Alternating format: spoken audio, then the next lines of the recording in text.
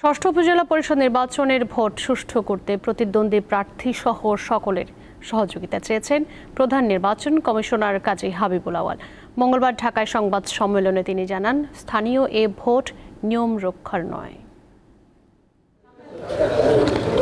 প্রথম ধাপে উপজেলা নির্বাচনের একদিন আগে মঙ্গলবার রাজধানীর আগারগাঁওয়ে ইসিতে সংবাদ সম্মেলনে আসেন প্রধান নির্বাচন কমিশনার। স্থানীয় এ ভোটের সার্বিক প্রস্তুতি সম্পন্ন হয়েছে জানিয়ে তিনি বলেন, নির্বাচন প্রভাবমুক্ত রাখতে সর্বোচ্চ চেষ্টা থাকবে কমিশনের। কেউ যেন প্রভাব বিস্তার না করেন। তার আশা, দলীয় প্রতীকে ভোট না হওয়ায় প্রার্থীদের মধ্যে বেশ প্রতিদ্বন্দ্বিতা হবে, তবে অংশীজনদের অতি উৎসাহী না হওয়ার অনুরোধ জানান সিইসি। সকলের সহযোগিতা প্রয়োজন, শুধু আইনশৃঙ্খলা রক্ষাকারী বাহিনী নয়, যারা প্রার্থী এবং প্রার্থীদের যারা কর্মী, তারা যদি নিয়ম কানুন প্রতিপালন করেন তাহলে নির্বাচনটা খুবই সহজ হবে।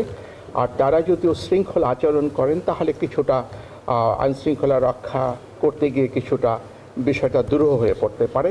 ক্ষমতাসীন আওয়ামী লীগের নির্দেশনা উপেক্ষা করে নির্বাচন করছে বেশ কয়েকজন মন্ত্রী এমপির স্বজন। ভোটে এর নেতিবাচক প্রভাব পড়বে না বলে আশা সিইসির। বেকায়দায় থাকার তো প্রশ্নই আসে না, আমরা কোনো বেকায়দায় নেই।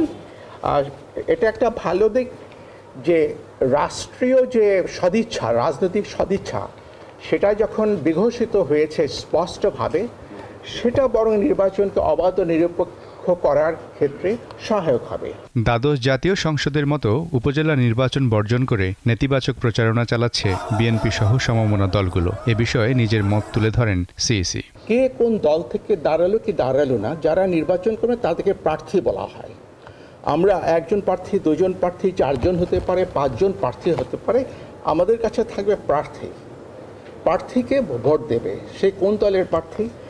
সেই দিক থেকে এটা নিয়ম রক্ষার ভোট কিনা, এটা মোটেই নিয়ম রক্ষার ভোট না। নির্বাচন অনিবার্যভাবে প্রয়োজন।